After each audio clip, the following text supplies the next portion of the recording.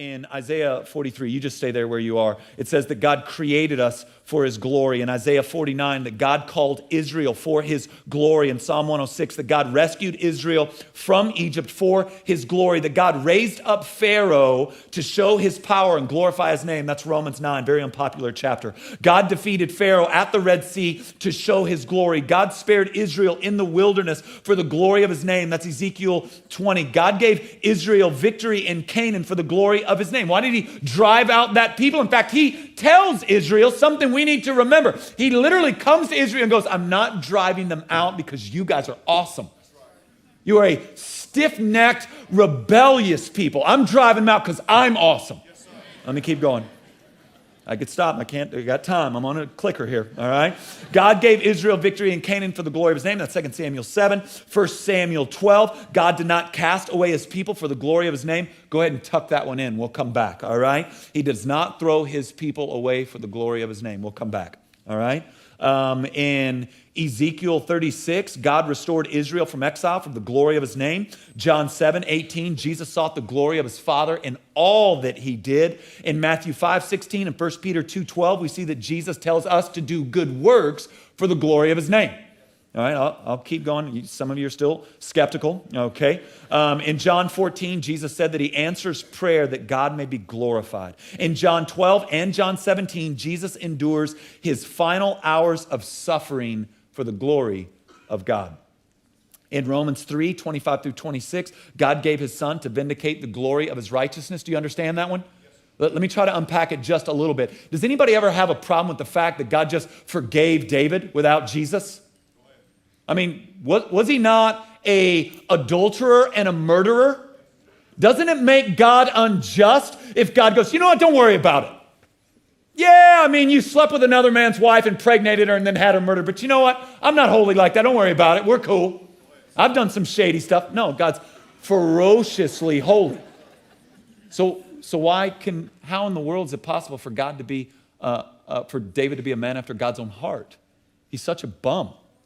Now, I can play the harp, but you're not going to bring that up because he's killed lions with his hands. All right, so you can pop off about that, but he could rip you in half.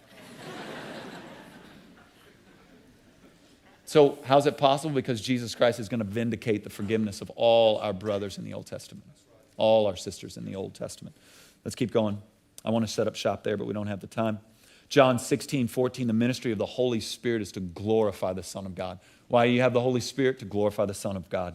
All right, God instructs us honestly to do everything for the glory of God. Have you ever tried to implement 1 Corinthians 10:31? Whether you eat or drink or whatever you do all things to the glory of God. You ever thought about how to do that? Like, how do you eat breakfast to the glory of God? How do you drive your car to the glory of God?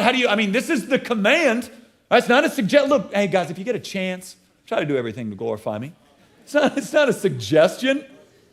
Do everything for my glory. Couple more. God tells us to serve in a way that will glorify him. That's 1 Peter 4. Jesus is coming again for the glory of God. That's 2 Thessalonians chapter 1. Jesus' ultimate aim for us is that we see and enjoy his glory. That's John 17. Habakkuk chapter 2, spectacular, that the earth will be filled with the knowledge of the glory of the Lord like the waters cover the seas. I don't know if you've been out in the sea, but there's water everywhere. I don't know if you've paid attention like that, but everywhere on the sea, there's water.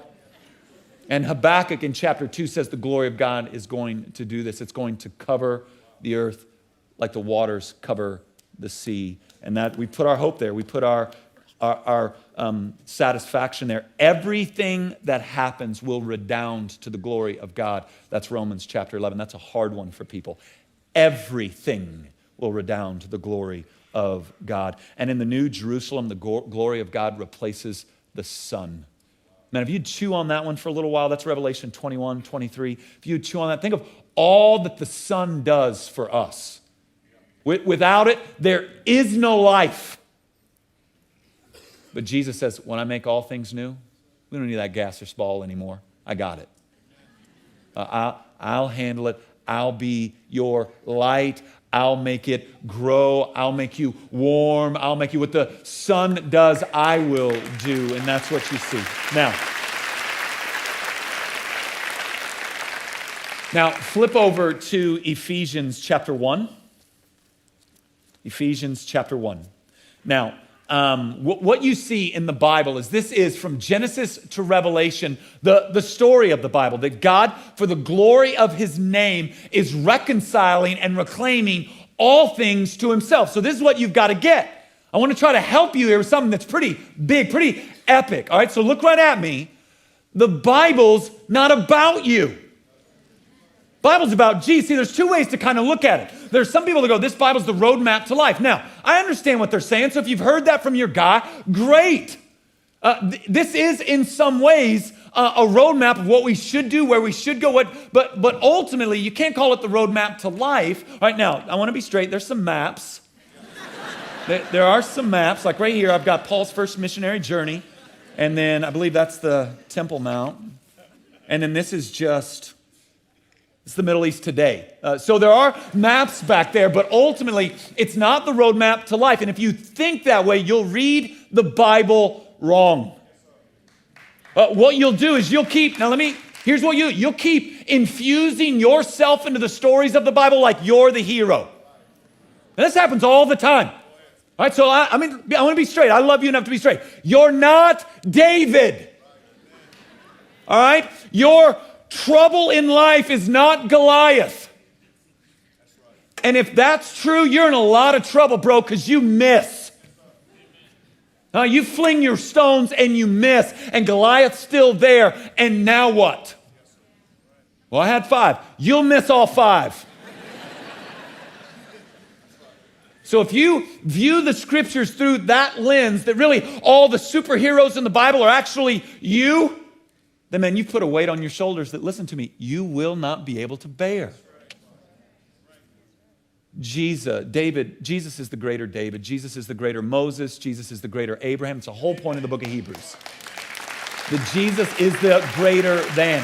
So if you want to do this, you want to dig in. So that means Jesus is going to be David. Goliath is going to be, and this is all overstatement. David's a historical figure, all right? Jesus is going to be David in this shadow. Goliath is going to be sin and death. Who's that make you? And it doesn't make you the Israelites in the corner going, he's going to kill all of us. That's exactly who you are. All right, so let's make sure we're playing the right part in the story.